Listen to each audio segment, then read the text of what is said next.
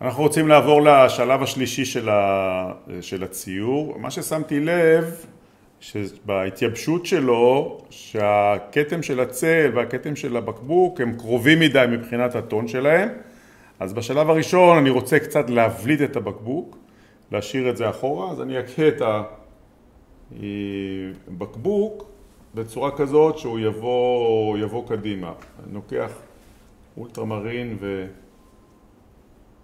ואליזרין קרימזון עם קצת איזשהו סגול, וטיפנתי לו את הצהוב בשביל לקבל משהו ירוק במקום הזה. זה לא צריך להיות צביעה יותר מדי טובה ולחסות את כל השטח, אלא רק לתת איזושהי נגיעה כאן שתבליט, הנה כן, שיוציא לנו את הבקבוק מהרקע שלו. כאן יש לי פה שוב איזושהי השתקפות שאני רוצה, אבל לא יותר מדי, נחזיר חזרה פה את האור שיהיה מיזוג בעניין הזה. אז עכשיו בעצם מה שאני עושה, אני עוד משתמש במכחול הזה, תכף אני אמשיך ושנה מכחול. פה זה טיפה אדום חום כזה שאני רוצה לחבר את הכד עם הצל שלו. אני עובר למכחול עגול. בדרך כלל המכחולים עגולים הקטנים הם מכחולי ניילון, הם מכחולים קשים שנותנים לנו יציבות, הם לא מתקפלים, לא לוקחים הרבה מים, זה הרעיון. מכחול שעשוי מניילון הוא לא לוקח הרבה מים, הוא לא מתנפח. ואם אני רוצה כאן לעשות את העוקץ, לעשות כאן את העוקץ בצורה כזאת, גם פה יש לי איזשהו רמז של העוקץ. פה גם אנחנו ניתן איזה משהו שייתן איזושהי נקודה כזאת שיכולה להיות מעניינת.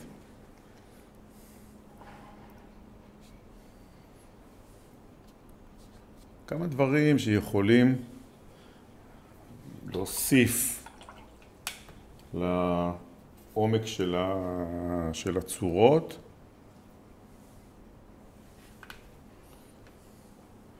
תזכרו שאנחנו מתבססים כאן על הרישום הראשוני של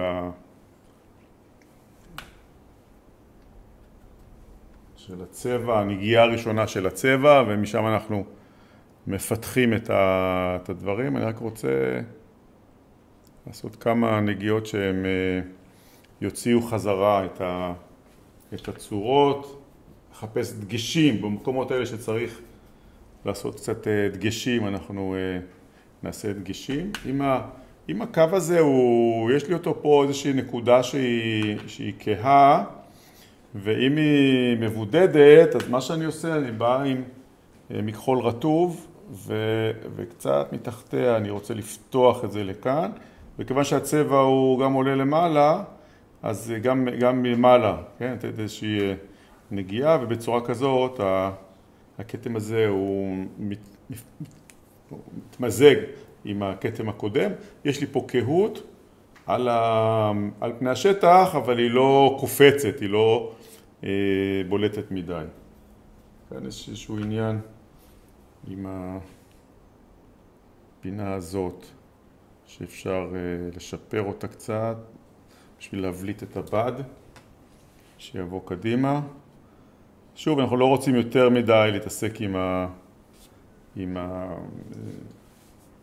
הנגיעות האלה, נגיעות קטנות. גם אין לי שום חשק לעשות משהו בפינה הזאת, למרות שהוא נראה קצת לא מפותח עד הסוף, אבל העין כבר תשלים, כן? זה דומה לזה, העין תשלים את העניין הזה. זה מה שאני חושב שאפשר להשאיר את הציור בצורה כזאת, מאוד ראשוני. שכבה ראשונה ווש, שכבה שנייה אנחנו עובדים על הצל, שכבה שלישית אנחנו עושים תיקונים פה ושם, פה על הבקבוק כמו שתיקנתי, פה קצת לתת את הצל הזה, השתקפות שיש לנו כאן מהסביבה שעוזרת לנו לעשות את התלת ממד, ובצורה כזאת אנחנו מקבלים את הציור. אז אני מזמין אתכם לשים לעצמכם בבית איזשהו טבע דומם, וזה לא משנה מה, כמה דברים. אם אתם יכולים שיהיה על זה איזשהו אור ממוקד, זה יכול בהחלט להיות לכם תרגיל מעניין, שעה, שעה וחצי, לא צריך לקחת יותר מדי, ואתם יכולים לתרגל את הצבעי מים. אז תודה רבה לכם על הצפייה. אנחנו בקרוב מאוד נעשה את הסרט המשך לסדרה הזאת. יום טוב ולהתראות.